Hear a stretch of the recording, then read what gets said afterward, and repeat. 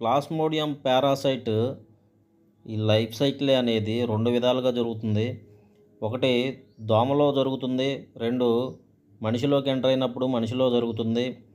ఇది first one ఒక malaria వ్యాధి వచ్చిన పేషెంట్‌ని ఈ దోమ కుట్టినప్పుడు ఈ మలేరియా వ్యాధికి కారణమైన ప్లాస్మోడియం పారాసైట్ దోమలోకి ఎంటర్ అయినప్పుడు దానిలో ఈ ప్లాస్మోడియం పారాసైట్ ఏ విధంగా మల్టిప్లికేషన్ జరుగుతుంది అనేది చూసినట్లయితే ఈ ఆడ ఎనాఫిలస్ దోమలో ప్లాస్మోడియం పారాసైట్ సెక్సువల్ సైకిల్ అనేది జరుగుతుంది. లైంగిక ప్రత్యుత్పత్తి జరుగుతుంది. ఇది 4 స్టేజ్‌ల్లో జరుగుతుంది. 1 gametogony, 2 fertilization, 3 formation of zygote, 4 sporogony. First one ఈ దోమ కుట్టినప్పుడు దోమలోకి మేల్ గ్యామెటోసైట్స్ మగ సంయోగ బీజ మాతృకలు, ఫీమేల్ గ్యామెటోసైట్స్ స్త్రీ సంయోగ బీజ మాతృకలు అనేవి ఎంటర్ అవుతాయి.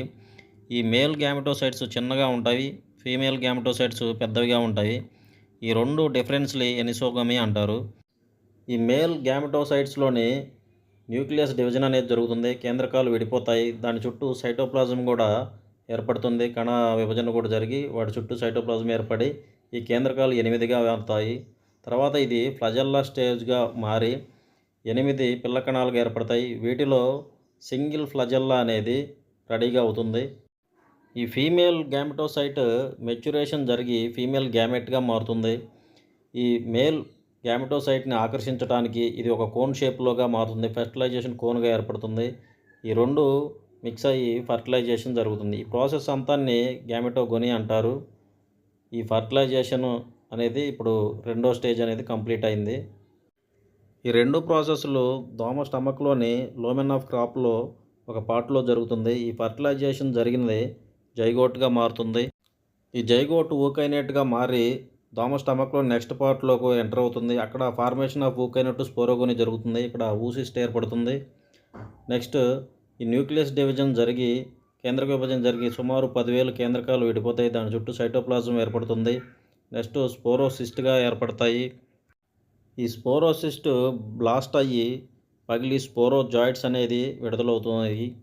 ఈ విడుదలైన స్పోరోజాయిడ్స్ దోమ లాలాజల గ్రంథుల్ని సలైవరీ గ్లాండ్ని చేరతాయి. ఈ సలైవరీ గ్లాండ్ నుంచి సలైవాలోకి ఎంటర్ అవుతాయి.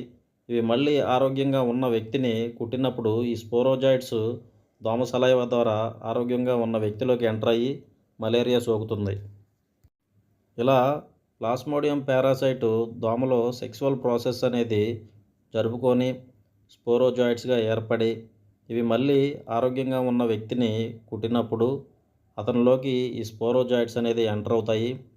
ఇది మనిషిలో ఈ స్పోరోజాయిడ్స్ ఎంటర్ అయినప్పుడు ఇది అలైంగిక ప్రత్యుత్పత్తి జరుగుతుంది. అసెక్సువల్ ప్రాసెస్ జరుగుతుంది. అది ఏ విధంగా జరుగుతుంది మనిషిలో అనేది చూసినట్లయితే ఈ ఆడ ఎనాఫిలస్ దోమ మనిషిని కుట్టినప్పుడు దాని సలైవా ద్వారా ఈ స్పోరోజాయిడ్స్ మనిషి రక్తంలోకి చేరి 30 నిమిషాల్లో ఇవి లివర్ని చేరుతాయి.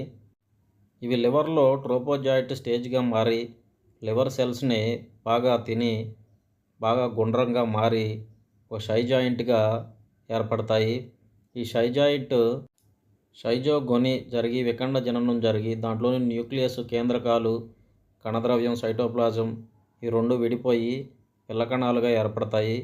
వీటిని క్రిప్టోజాయిడ్స్ అంటారు. సుమారు 12,000 ఏర్పడతాయి. వీటిని ఫస్ట్ జనరేషన్ మీరోజాయిడ్స్ అని కూడా అంటారు. ఇవి కొన్ని లివర్లోకి చేరతాయి, కొన్ని ఆర్బీసీలోకి, రెడ్ బ్లడ్ సెల్స్లోకి, ఎర్ర రక్త కణాల్లోకి చేరతాయి. కొన్ని మళ్ళీ లివర్లోకి చేరి మళ్ళీ సేమ్ ప్రాసెస్ జరుగుతుంది. అయితే ఇక్కడ ఏర్పడిన క్రిప్టోజాయిడ్స్ అనేది ఎంటర్ అయ్యి ఇవి ట్రోపోజాయిట్గా మారతాయి.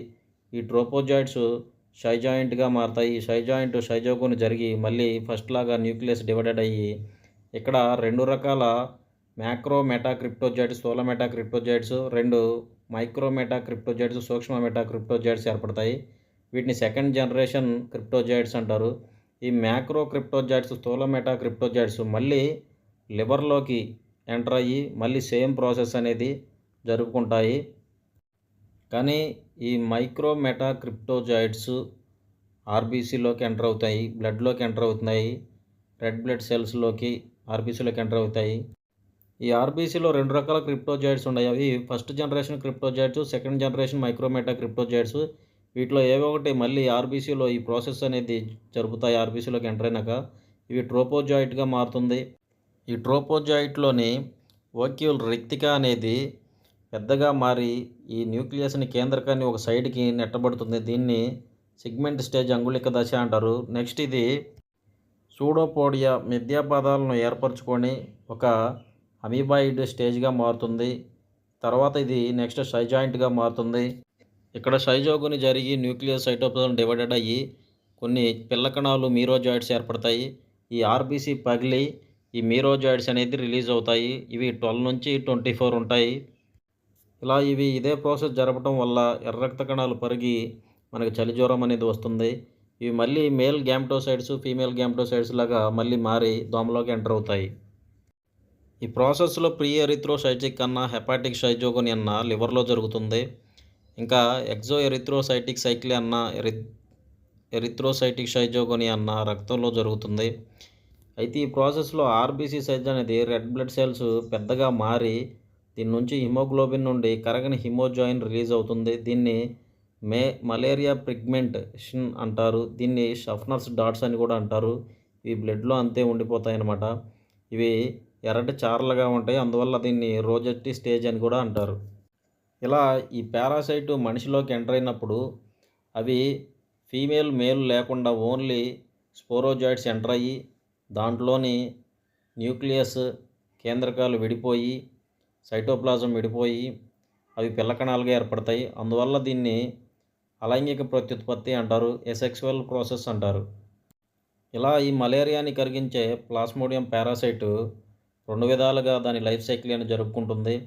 దోమలో దాని లైఫ్ సైకిలే జరుపుకుంటుంది. మనిషిలోకి ఎంటర్ అయినప్పుడు దాని లైఫ్ సైకిల్ అనేది ఈ 2 విధాలుగా దాని లైఫ్ సైకిల్ అనేది జరుపుకుంటుంది. ఇలాంటి మెడికల్ వీడియోస్ అండ్ మెడిసిన్స్ గురించి మీరు ఇంకా తెలుసుకోవాలనుకుంటే నా ఛానల్ని సబ్స్క్రైబ్ చేయండి, ఫాలో చేయండి, లైక్ చేయండి. ఏమైనా డౌట్స్ ఉంటే కామెంట్ చేయండి. తెలియని మీ ఫ్రెండ్స్కి ఈ వీడియో షేర్ చేయండి.